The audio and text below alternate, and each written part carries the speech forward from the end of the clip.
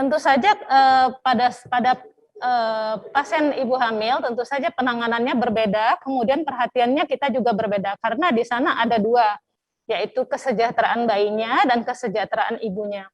Nah, untuk penata laksanaan sendiri dia tergantung gejalanya. Tetap seperti pasien-pasien sarkop yang lain.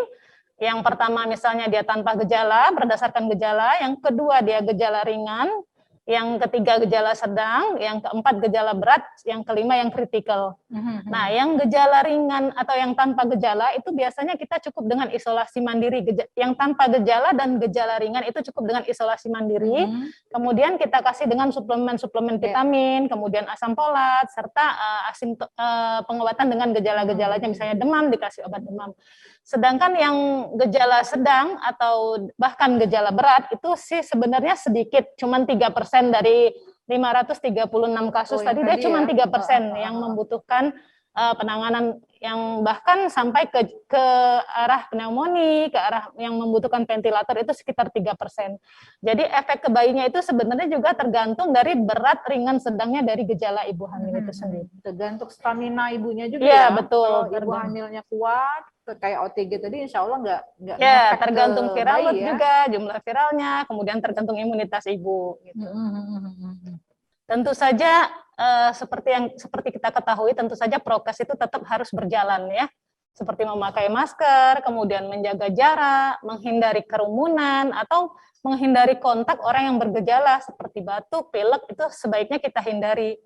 Dan yang sekarang lagi digalakkan dan itu sudah diputuskan oleh Permenkes itu dianjurkan untuk dilaksanakan vaksin untuk memutus mata rantai salah satunya. Iya. Sebenarnya sekarang itu dianjurkan untuk kalau sekarang masih terbatas pada ibu-ibu yang tenaga kesehatan, kemudian ibu hamil yang beresiko tinggi seperti dia memiliki komorbid hipertensi, DM, dan usia ibu di atas 35 tahun. Di atas 35 tahun? Ya, okay. Tapi kalau di Jakarta itu sudah dianjurkan untuk semua ibu hamil untuk divaksin.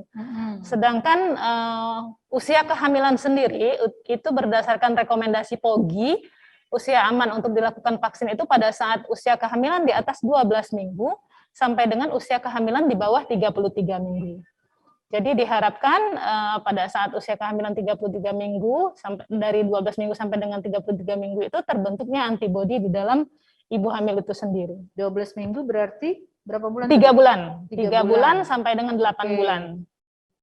Oke, kalau udah mau lahiran, mau divaksin jangan dulu dok ya berarti ya? Nggak apa-apa, sebenarnya ya, sebenarnya itu kan cuma rekomendasi. Rekomendasi itu dari POGI itu dari 12 minggu sampai dengan 34 minggu. Kalau sudah mau lahiran, mau divaksin nggak apa-apa, daripada tidak divaksin, lebih baik divaksin. Gitu. Ini mungkin saya juga bertanya juga dok ya, dulu kan semasa baru-baru vaksin itu kan yang tidak boleh divaksin adalah ibu hamil, ibu menyusui. Iya, betul. Kemudian dalam perkembangannya, terus akhirnya lansia boleh, iya, terus anak-anak boleh. Iya, betul. Nah ini mungkin masyarakat mau tahu nih, kok bisa akhirnya boleh itu memang aman atau gimana dok? Iya.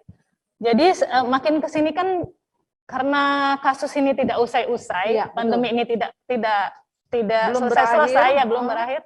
Akhirnya orang makin kesini makin melakukan penelitian, banyak penelitian dilakukan di Cina, kemudian di Amerika, bahwa ternyata vaksin ini tidak menyebabkan kelainan atau bahkan menyebabkan misalnya dapat menyebabkan keguguran atau bersifat teratogenik, menimbulkan kecacatan. Ternyata setelah ada penelitian pertama itu dilakukan pada 9 ibu hamil. Ternyata dalam sampel tersebut dari 9 ibu hamil itu dia tidak menyebabkan kelahiran prematur, tidak menyebabkan kecacatan. Kalau penelitian yang dilakukan pada hewan sudah banyak sekali, sedangkan kalau penelitian ibu hamil itu pertama dilakukan 9 sampel, kemudian 35 sampel, itu tidak ada satupun dari ibu hamil itu yang bersifat teratogenik atau menyebabkan kecacatan pada bayinya gitu. Jadi insya Allah aman ya dok? Ya, insya Allah aman. Apapun merek apapun, semua vaksin yang tersedia di Indonesia itu aman untuk diberikan kepada ibu hamil. Iya, tapi tetap harus sesuai dengan screening. Iya, screeningnya tetap dilakukan. Jadi kalau dulu kan formnya cuma ada form vaksin secara umum. Kalau sekarang dia sudah ada POM anak, POM geriatri, kemudian POM ibu hamil, dan POM ibu menyusui. Jadi ibu hamil dan ibu menyusui sekarang sudah boleh divaksin dan sudah ada POM masing-masing sesuai dengan screeningnya tetap dilaksanakan. Apa beda vaksin untuk ibu hamil dan ibu menyusui, Dok? Mungkin ibu-ibu di rumah yang sekarang ini sudah melahirkan mungkin pengen tahu juga, Dok. Ada apa perbedaannya pemberian vaksin kepada ibu hamil dan ibu menyusui? Ada bedanya? Vaksinnya tetap sama, tetap yang tersedia di Indonesia. Cuman dia misalnya pada saat usia kehamilan di atas 33 minggu, ibunya sudah vaksin. Ternyata dia melahirkan. Nah, itu boleh dilanjutkan divaksin setelah dia melahirkan. Setelah dia pulih, setelah dia pulih. Misalnya kalau lahir normal, 1 hari sesudah lahiran dia sudah pulih, langsung boleh diberikan. Atau pada pasien pasca seksi sesaria atau yang operasi melahirkan 3 hari dia sudah sehat, itu langsung boleh diberikan pada pasien. Kalau ibu menyusui tadi memang nggak ada pengaruh, Dok, ya? Tidak ada pengaruh. Malah kalau asinya mungkin tidak ada pengaruh. Justru kalau dia terbentuk antibodi di dalam ibunya, nanti antibodinya bisa disekresikan lewat ASI untuk diinikan ke bayinya. Iya. Misalnya orang yang mau promil, terus dia kalau saran saya lebih baik vaksin dulu baru promil. Atau berjalan bersamaan juga boleh. Jadi kalau dia hamil nanti dia sudah aman, dia sudah punya kekebalan, sudah punya antibodi yang mengenali kalau misalnya dia terpapar si virus itu. Jadi jangan takut, nanti saya mau promil, mau tunda dulu, tidak boleh. Justru harus dianjurkan untuk vaksin dulu, baru promil. Jadi nggak ada istilahnya vaksin mempengaruhi tingkat kesuburan gitu ya.